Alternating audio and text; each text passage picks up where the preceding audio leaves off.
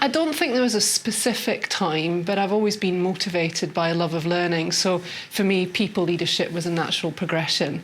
I'd say broader leadership, I've always been motivated by wanting to make a difference. So I guess that was just always in me. I don't have a specific big change in my career, but I do remember picking my son up from after school club, and we were walking home, and I'd had a super busy day at work, and he was saying to me, he must be 9 or 10, and he was saying, "Mum, can we have something other than shop-bought pasta or soup tonight?" And I was like, oh my God, I had a major meltdown. Like, okay, I'm sorry, my darling, I can't do this, right? That's it, I'm going to quit my job so you can eat properly. And he just looked at me and he went, "No, Mum, you just need to prioritise. And do you know what? Soup's fine."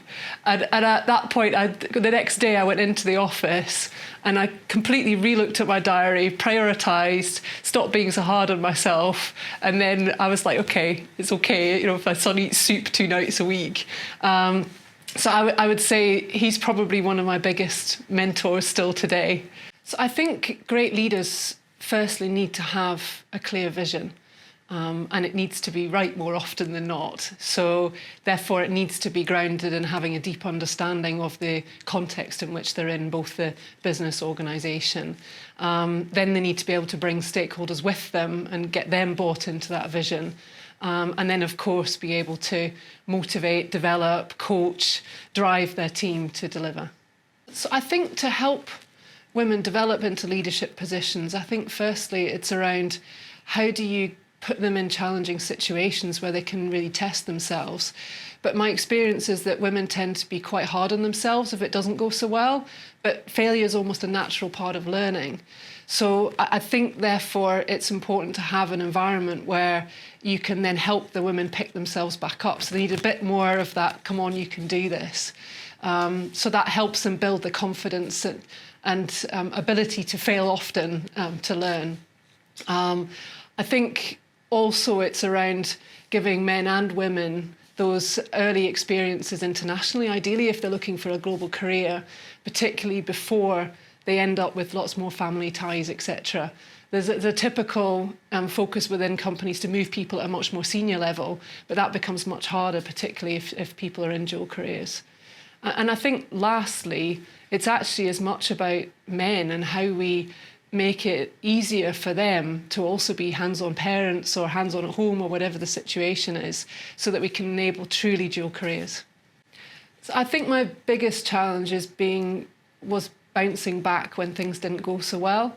I would tend to take it quite personally and see it as a sense of personal failure rather than just a natural part of the journey. So I would say I'm now much better at just dusting myself down, getting up and carry on, and just accept that's part of development and it's part of being a leader. Sometimes you get things wrong, but you just got to learn and move on and not expend too much emotional energy. I think the biggest leadership lesson for me is about prioritising your organisation.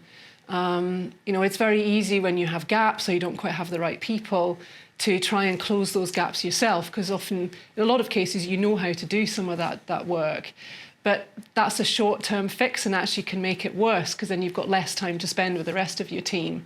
So now my number one priority is always, how do I make sure I have both a full organisation, a complete organisation, I also have the right talent, and then I invest the right amount of time to motivate them. And that allows me to multiply my efforts rather than getting dragged down a rabbit hole in one area. I think it's hard when I think societal expectations are probably still not necessarily driving women to be the lead career or have the same level of career. But I think it's too simplistic to say that that's a problem just for women. I think it's just as hard for men to be hands-on dads and have a career.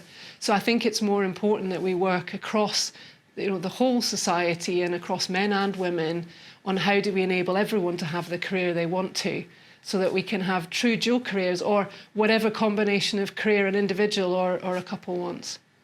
I think my biggest advice would be back yourself. Have the humility to learn from your mistakes, but the confidence to get back up again and keep trying. I think maybe a couple, I think TED Talks are always useful. There's a couple, the obvious Sheryl Sandberg, but I would also say there's one about power poses by Amy Cuddy that's one I definitely recommend to a lot of people in my team. Books, I would say there's the obvious 7 Habits again. And the one my favourite is probably Marshall Goldsmith, What Got You Here Won't Get You There. I think I'm just happy being me, so I'll just be Anna. And I'm a big believer in enjoying life now, rather than saying it'll be better when. Although I think I probably wouldn't say no to something where I could have a bit more sleep without losing any extra time.